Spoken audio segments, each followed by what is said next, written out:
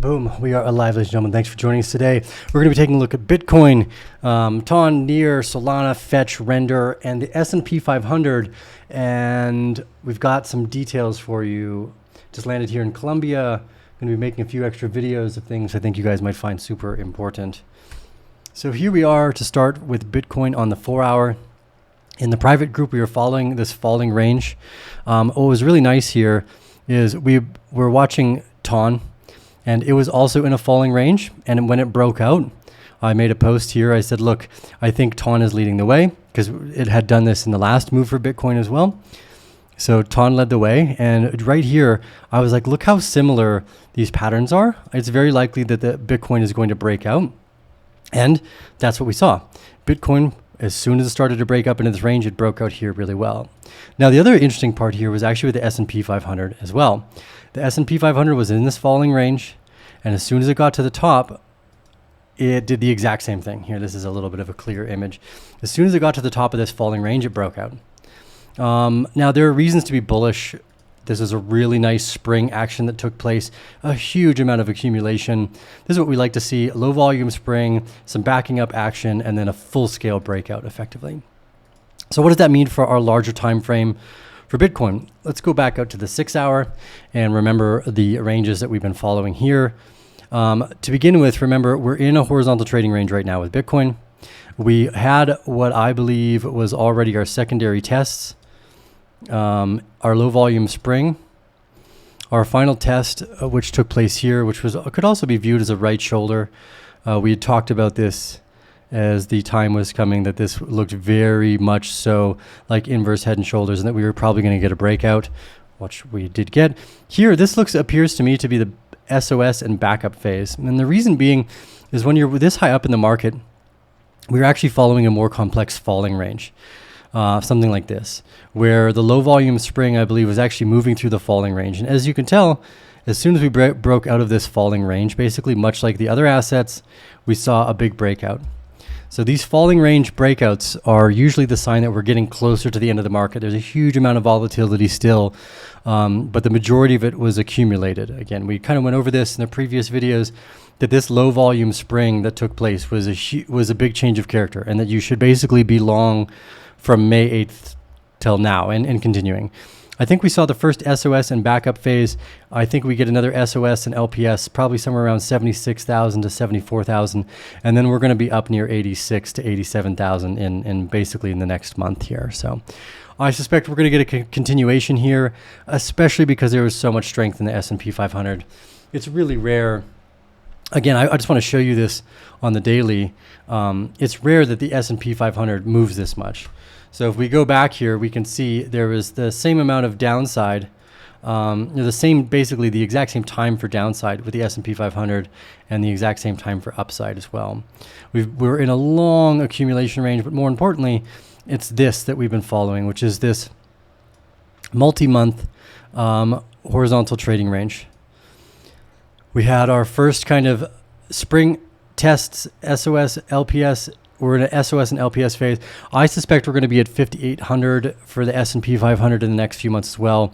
We're already at new all-time highs, and we've just been piercing new all-time highs day after day. Now, the other important thing to note here is the volume signatures. Big spring here on the volume. It was all accumulated, and our price rose almost instantly afterwards. So these are, again, more key indicators that the bullish sentiment will continue. I want to take a look at TON here again as well. TON's been kind of the leader of this market so far. Since the 1st of May, it is up 60 to 70%. As we go through the rest of the assets, none of them are as strong, although Render was actually fairly similar in its strength here. I suspect Render is going to take a big run, but anyway, as you can see from here, from May 1st to where we are today, we're up around 47%.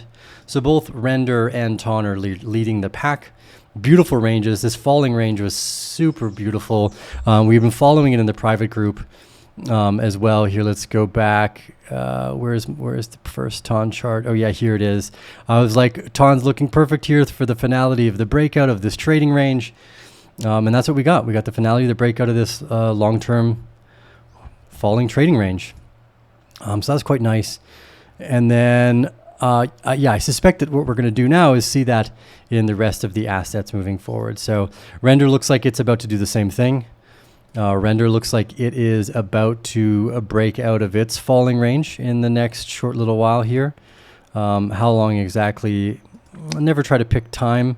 That's always significantly more difficult to get right. But here you can see, I believe we're in the same falling channel basically for Render. We're right about to break out. On the smaller time frames here, the RSI reset last night and is going into up mode again. So I suspect that's what's going to happen. You're going to see a big breakout here for Render in the next 24 to 48 hours, leaving this range. Near also getting to that point too. Here's the falling range as it's back up. Testing the bear claw EMAs at the moment. I suspect once the RSI is reset on the slightly smaller time frames, somewhere, let's check how the 2 hour is doing. We're fully reset on the 2 hour already, at least for the stochastic RSI. The others not so much, but again, we know that this falling range is broken out. Did in Bitcoin, did in the S&P 500, did in TON, and I think Render and Near are next. Solana also interesting, showing some of its weakness here. More of a reaccumulation after decline for Solana here, another kind of consistent reaccumulation, although it's good to note the falling range we had as a test for the jump across the creek here that we highlighted in our previous videos too. So some of you guys posted comments into the videos like, oh, RIP, because I made the market was going up here and then went up and then it came back down. You're like, oh, it's dead. Like I never understand how you guys come to these conclusions. So everything's fine. But Solana here looks weaker than some of the other assets. But again, also we're in a tight reaccumulation range here, just broken outside of the box. So I suspect we're going to see more upward movement for Solana as well. Fetch has actually been one of the weakest from this point forward, but that's also probably because there's just the new tokenomics are hard to grasp. This is the weakest out of the basket at the moment. So not super exciting there, but we've got some other great setups. Both Solana, Near, and Render all look like they're right on the verge of breaking out. So there's some good gains to be gained. Here, it's very likely that we're going to see a continuation, and that right now we're just in the kind of the final stages before we move into like a FOMO moment for everybody. So just a very short video today for you guys. I've got some more content. I'm going to try to do this every day, just quick little updates. I'm not going to do longer videos. But now that I'm out of the jungle and have blazing fast internet all the time, I'm going to be uploading videos all the time. So remember to like, subscribe, share your comments, join the private group, whatever you got to do. I appreciate you guys. Let's deal with the Arcane Bear, and we'll see you on the next episode.